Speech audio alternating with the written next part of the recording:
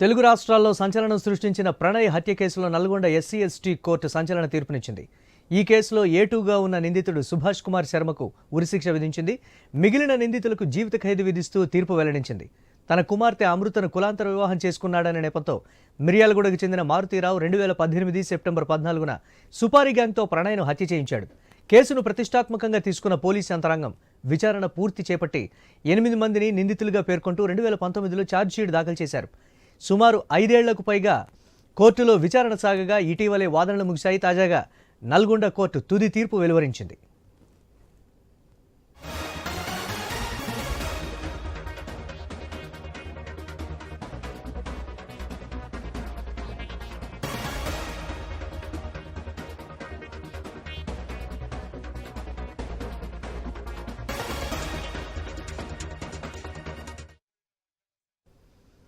అయితే ప్రణయ్ హత్య కేసులో A1 నిందితుడు మారుతీరావు 2020లో ఆత్మహత్యకు పాల్పడ్డారు. ఈ కేసులో A2 Subhash Kumar Sharma, A3 Asgar Ali, A4 బారీ, A5 Karim, A6 Shravan Kumar, A7 Shiva, A8 నిజాంలు మిగిలిన నిందితులుగా ఉన్నారు. వీరిలో సుభాష్ శర్మకు బెయిల్ రాకపోవడంతో జైల్లోనే ఉండగా అస్గర్ అలీ వేరే కేసులో జైల్లో ఉన్నారు. మిగిలిన వారందరూ బెయిల్పై బయటకు వచ్చారు. దీనిపై న్యాయవాదులు ఏమంటున్నారో మరింత సమాచారం మా నల్గొండ ప్రతినిధి కిరణ్ ద్వారా తెలుసుకుందాం. హత్య కేసులో న్యాయమూర్తి సంచలన తీర్పు వెల్లడించారు. ఏటు నిందితుడు సుభాష్ శర్మకు ఉరిశిక్ష విధిస్తూ కూడా తీర్పు చెప్పడం జరిగింది. మిగతా 6 నిందితులకు యావజ్జీవ శిక్ష విధించడం జరిగింది. ఈ కేసు సంబంధించి మనతో మాట్లాడడానికి ఇక్కడ అడ్వకేట్స్ ఉన్నారు. సార్, ఈ కేసును ఎట్లా చూస్తారు? కులాహంకార హత్యలకు సరైన శాస్తి జరిగింది అనేది మనం చూడొచ్చు. ఇది సమాజంలో భారతదేశంలో ఉన్నటువంటి నిచ్చెనమెట్ల కుల వ్యవస్థలో అణగారిన కులాల వారిని అణచివేత కాంచి మొదలుపెట్టి కానీ ప్రేమ వివాహాలను కూడా అన్నింటినీ అడ్డుకుంటూ అగ్రకుల వాళ్ళు చేసేది మాత్రమే న్యాయం, మిగతా కింది సామాజిక వర్గాలు ఎవరు కూడా ఉన్నత కులాల పిల్లల్ని ప్రేమించి పెళ్లి చేసుకోవద్దు అని ఒక అహంకారపూరితమైనటువంటి ఒక ఏతుందో దాని నుంచి జరిగినటువంటి ప్రణయ్ హత్య. ఈ హత్యలో కోర్టు వారు అన్ని క్షుణ్ణంగా పరిశీలించి అన్ని సాక్ష్యాలను విచారించిన తర్వాత A2కు దీంట్లో మరణశిక్ష విధించడము, మిగతా అందరికీ కూడా జీవిత కారాగార శిక్ష విధించడం జరిగింది. ఈ తీర్పు ప్రణయ్కి న్యాయం జరిగింది అని చెప్పేసి భావిస్తూ ఉన్నాం. భవిష్యత్తులో దేశంలో ఎవరైనా ఈ ప్రేమ వివాహాలు లేదా కులాంతర వివాహాలు చేసుకున్న వాళ్ళ పట్ల చులకన చూసినా, చిన్నచూపు చూసినా, వాళ్ళ మీద దాడులు జరిగినా వాళ్ళందరికీ ఇది ఒక హెచ్చరిక లెక్క ఉంటుంది అని చెప్పేసి మేము భావిస్తూ ఉన్నాం. సార్, మీరు చెప్పండి, ఏ కేసు బలంగా నిలబడాలన్నా సైంటిఫిక్ ఎవిడెన్స్ అనేది చాలా కీలకం అని చెప్పొచ్చు. ఈ ఉరిశిక్ష సంబంధించి కూడా అదే కీలకమైంది. ఎటువంటి సైంటిఫిక్ ఎవిడెన్స్ సమర్పించారు? ఇందులో ముఖ్యంగా పోలీసు వారు అనాడున్నటువంటి ఎస్పీ ఏవి రంగనాథ్ గారు దాదాపుగా 293 సైంటిఫికల్ డాక్యుమెంటరీ ఎవిడెన్స్ని న్యాయస్థానం ముందుంచుండు. అది ప్రాసిక్యూషన్ లోపల చాలా అద్భుతంగా ఉపయోగపడ్డది. దీంతోపాటు 102 మంది సాక్షులను కూడా విచారించడం జరిగింది. అంతిమంగా దీనికి సంబంధించినటువంటి తీర్పులో గౌరవ న్యాయస్థానం ఇచ్చినటువంటి తీర్పు లోపల మనం ఏం చెప్పొచ్చు అంటే, ఏదైతే ఎవిడెన్స్ సైంటిఫికల్ ఎవిడెన్స్ ఏదైతే ఉందో ఆ ఎవిడెన్స్ బేస్డ్గా A2 ఎవరైతే ఉన్నారో ఆ A2కు ఉరిశిక్ష ఖరారు చేయడం జరిగింది. ఆయన ప్రధానమైనటువంటి పాత్రధారి. మిగతా వాళ్ళంతా కూడా A3 నుంచి A8 వరకు సూత్రధారులు. కాబట్టి A3 నుంచి A8 వరకు యావజ్జీవ కారాగార శిక్ష విధిస్తూ వారికి 10,000 రూపాయల జరిమానా విధించింది. A2కు మరణశిక్ష విధిస్తూ 15,000 రూపాయల జరిమానా విధించడం జరిగింది. మొత్తంగా ఈ తీర్పు అనేది భవిష్యత్తు తీర్పులకు చాలా భవిష్యత్తులో ఇచ్చేటువంటి వివిధ న్యాయస్థానాలు ఇచ్చేటువంటి తీర్పులకు, పరువు హత్యలకు, కుల హత్యలకు ఈ తీర్పు బేస్డ్గా ఉపయోగపడతా ఉంది. ఈ జడ్జిమెంట్ అనేది భవిష్యత్తులో ఇంకా ఏమైనా ఇలాంటివి జరిగితే కూడా ఇదే విధమైనటువంటి తీర్పు భవిష్యత్తులో అమలు చేయడానికి అవకాశం ఉంటుంది. కాబట్టి ఇది ప్రజా ఉద్యమాలకు కావచ్చు, అదేవిధంగా కుల నిర్మూలన ఉద్యమాలకు కావచ్చు, సామాజిక దళిత భజన ప్రజా ఉద్యమాలకు కావచ్చు ఒక దిక్సూచిగా ఉపయోగపడుతుందని చెప్పేసి ఈ ప్రజాస్వామ్యం లోపల దీన్ని ప్రణయ్ మరణం తర్వాత దీన్ని ఆ ప్రణయ్ కుటుంబానికి, అమృతవర్షిని కావచ్చు వారి కుటుంబానికి న్యాయం జరిగినట్లుగా న్యాయవాదులంగా భావిస్తా ఉన్నాం. ఇది మొత్తానికైతే నల్గొండ 2వ అదనపు session court SC ST court విధించినటువంటి ఈ తీర్పు పట్ల సర్వత్రా హర్షమైతే వ్యక్తం అవుతా ఉంది. భవిష్యత్తులో కుల దుహంకార హత్యలు కావచ్చు, పరువు హత్యలకు సంబంధించి జడ్జిమెంట్లకు సంబంధించి ఇటువంటి జడ్జిమెంట్లు రావాలని కూడా న్యాయవాదులు భావిస్తూ ఉన్నారు. కెమెరామెన్ రాజుతో కిరణ్, ఐ న్యూస్, నల్గొండ.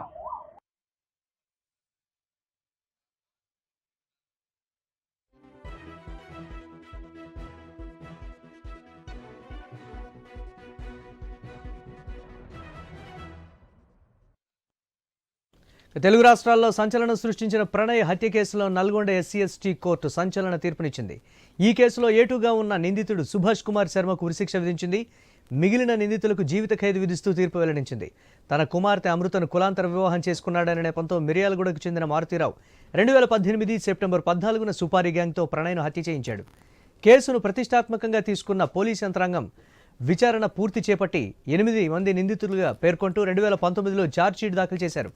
సుమారు 5 ఏళ్లకు పైగా కోర్టులో విచారణ సాగగా ఇటీవలే వాదనలు ముగిశాయి. తాజాగా నల్గొండ కోర్టు తుది తీర్పును వెలువరించింది. దీనిపై మరిన్ని అప్డేట్స్ మా కరెస్పాండెంట్ కిరణ్ అందిస్తారు. కిరణ్, మురళి 6 ఏళ్ల 5 నెలల 25 రోజుల నిరీక్షణకు తెరపడిందని చెప్పొచ్చు. ఉత్కంఠకు కూడా తెరపడిందని చెప్పొచ్చు. ఎందుకంటే తెలుగు రాష్ట్రాల్లోనే కాదు దేశవ్యాప్తంగా ప్రణయ్ మర్డర్ కేసు అప్పట్లో సంచలనంగా మారింది.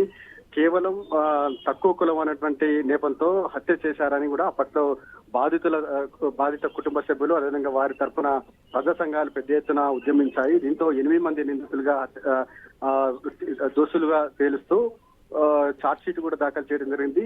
హత్యా నేరంతో పాటు ఆర్మ్స్ చట్టం, ఎందుకంటే పదునైన ఆయుధం వాడారు కాబట్టి ఆర్మ్స్ చట్టంతో పాటు ఎస్సీ/ఎస్టీ చట్టం కింద కూడా కేసు నమోదు చేశారు. ఎస్సీ/ఎస్టీ కోర్టు అయితే ఈ రోజు సంచలన తీర్పు వెలువడించిందని చెప్పొచ్చు. 8 మంది నిందితులకు సంబంధించి ఈ కేసులో విచారణ జరుగుతున్నటువంటి నేపథ్యంలో A1 నిందితుడు కేసు విచారణలో ఉండగానే A1 నిందితుడు మారుతీరావు చనిపోవడం జరిగింది. మిగతా 7 నిందితులకు కూడా శిక్ష విధిస్తూ కూడా తీర్పు చెప్పడం జరిగింది. ఇందులో 7 నిందితుడిగా ఉన్నటువంటి సుభాష్ శర్మ, బీహార్ కు చెందినటువంటి సుభాష్ శర్మకు ఉరిశిక్ష విధించారు. ఎందుకంటే మర్డర్ కేసు సంబంధించి ఆ సీసీ ఫుటేజ్ లో హత్య చేస్తున్నటువంటి సీసీ ఫుటేజ్ కూడా ఇటు న్యాయస్థానానికి కూడా అందించడంలో కూడా ఇటు సైంటిఫిక్ ఎవిడెన్స్ కూడా చాలా కీలకంగా మారింది. మరోవైపు సుపారీ గ్యాంగ్ సభ్యులకు మిగతా 6 నిందితులకు కూడా యావజ్జీవ శిక్ష విధిస్తూ కూడా న్యాయమూర్తి రోజారామని తీర్పు చెప్పడం జరిగింది. ఇక్కడ ఉన్నటువంటి న్యాయవాదులు కూడా కొంత హర్షం అయితే వ్యక్తం చేస్తా ఉన్నారు. ఎందుకంటే భవిష్యత్తులో ఇటువంటి కుల దుహంకార హత్యలకు ఈ తీర్పు చెంపపెట్టని కూడా వారు భావిస్తున్నటువంటి పరిస్థితి అయితే ఉందని చెప్పొచ్చు. అప్పట్లో ఈ ఘటన సంచలనం రేకెత్తిన నేపథ్యంలో ప్రజా సంఘాలు కుల వివక్ష పోరాట సమితి సభ్యులు పెద్ద ఎత్తున ఆందోళన చేశారు. నిందితులకు కఠినంగా శిక్ష విధించాలని డిమాండ్ చేస్తూ కూడా పెద్ద ఎత్తున ఆందోళన చేసినటువంటి నేపథ్యంలో వారి కుటుంబ కావచ్చు ప్రజా సంఘాలు కొంత హర్షం అయితే వ్యక్తం చేస్తా ఉన్నటువంటి పరిస్థితి అయితే ఉందని చెప్పొచ్చు. ఇప్పటికే నిందితుల సంబంధించిన కుటుంబ సభ్యులు కోర్టు వద్దకు చేరుకున్నారు. కన్నీరు పెడుతున్నటువంటి పరిస్థితి ఉందని చెప్పొచ్చు. A6 నిందితుడిగా ఉన్నటువంటి శ్రవణ్ ఎవరైతే ఉన్నారో శ్రవణ్ కుటుంబ సభ్యులు ఇక్కడ కోర్టు వద్దకు వచ్చారు. వారంతా కూడా ఆవేదన వ్యక్తం చేస్తా ఉన్నారు. ఎందుకంటే ఈ కేసుకు సంబంధించి తమ తండ్రి పాత్ర లేనప్పటికీ కూడా అతన్ని కేసులు ఇరికించారని కూడా కొంత వాళ్ళు ఆవేదన వ్యక్తం చేస్తా ఉన్నటువంటి పరిస్థితి ఉన్నటువంటి నేపథ్యంలో కొత్త ఉద్రిక్త వాతావరణం అయితే నెలకొంది. ప్రస్తుతం అయితే ఈ కేసుకు సంబంధించి తుది తీర్పు వెల్లడించినటువంటి నేపథ్యంలో ప్రణయ్ కుటుంబ సభ్యులైతే కొంత హర్షం వ్యక్తం చేస్తా ఉన్నారు. అయితే ఈ కేసుకు సంబంధించి అమృత ఇంకా మీడియా ముందుకు రాలేదు. అమృత వర్షన్ ఏ విధంగా ఉంటుందని మాత్రం చూడాల్సి ఉంది. మరోవైపు ఈ కేసును అప్పట్లో ఎస్పీగా ఉన్నటువంటి ప్రస్తుత హైడ్రా కమిషనర్ రంగనాథ్ కేసును అత్యంత సవాల్గా తీసుకున్నారు. రంగనాథ్ కేసును తీసుకున్న ఆ కేసు సంబంధించి ఫెయిల్ అయినటువంటి కేసులు చాలా తక్కువే అని చెప్పొచ్చు. అప్పట్లో ఆయుష్ మీరా హత్య కేసు కావచ్చు, తర్వాత తెలుగు రాష్ట్రాల్లో పెద్ద సంచలనం సృష్టించినటువంటి హత్య కేసుల్లో సంబంధించి కూడా కేసు ఫైనల్ విచారణ చేయడంలో కూడా ఆయన చాలా కీలక పాత్ర పోషించారు. ఈ కేసులో కూడా అత్యంత సవాల్గా తీసుకున్నారు. 1200 పేజీల ఛార్జ్ షీట్, అదేవిధంగా 78 మంది సాక్షులకు సంబంధించిన వాంగ్మూలాన్ని కూడా న్యాయమూర్తిని ముందు ఉంచారు. మరోవైపు నిందితుడు ఏదైతే హత్యకు సంబంధించి కావచ్చు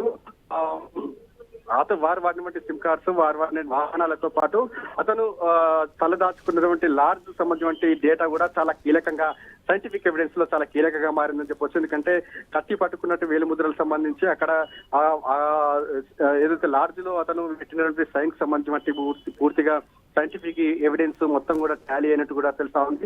ఈ దాదాపు 293 ఎగ్జిబిట్స్ సంబంధించినటువంటి డాక్యుమెంటరీలు కూడా న్యాయస్థానం ముందు ఉంచడంతో కూడా నిందితులు కేసు నుంచి ఏ మాత్రం తప్పించుకోలేదని కూడా మనకు స్పష్టంగా అర్థమవుతోంది. మొత్తానికైతే సంచలనం సృష్టించమంటి ప్రణయ్ హత్య కేసు సంబంధించి తుది తీర్పు వెల్లడించడంపై కూడా సర్వత్రా ఉత్కంఠకు తెరలేపిందని చెప్పొచ్చు.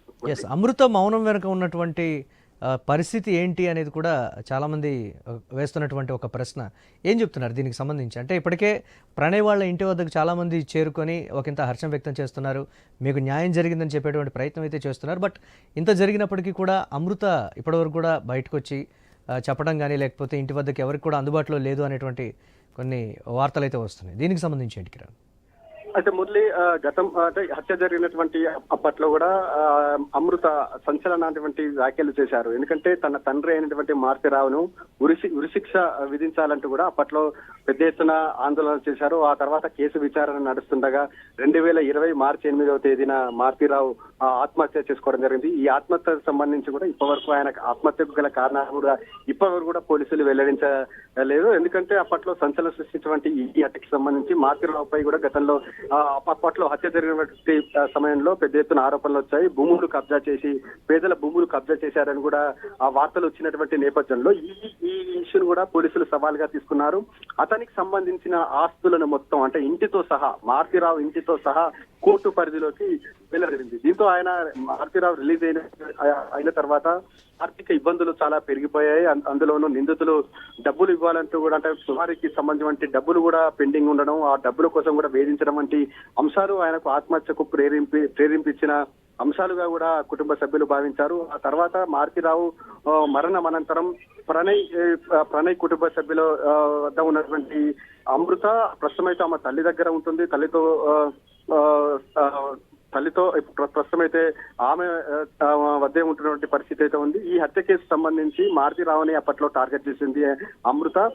ఇటు ప్రణయ్ కుటుంబ సభ్యులు కూడా మారుతిరావుని టార్గెట్ చేశారు. కేవలం ఇప్పుడు శిక్ష పడ్డ వాళ్ళందరూ కూడా సుపారీ గ్యాంగ్ సభ్యులే కాబట్టి అంటే వారికి సంబంధం లేదు, కేవలం డబ్బుల కోసమే హత్య చేశారు కాబట్టి వారు ఏమాత్రం ఈ కేసును మారుతిరావు ఆత్మహత్య అనంతరం కూడా కొంత లైట్ తీసుకున్నట్టు కూడా మనకు సమాచారం అందుతా ఉంది. ఏదేమైనా ఎందుకంటే హత్య కాబట్టి దోషులు హత్య చేసినందుకు దోషులకు శిక్ష పడాలి కాబట్టి ఈ కేసును బాధితుల తరపున లాయర్ కావచ్చు పోలీసులు ఇంత సవాల్గా తీసుకున్న నేపథ్యంలో తీర్పుపై కూడా సర్వత్రా హర్షం అయితే వ్యక్తమవుతోంది. Right, thanks for updates.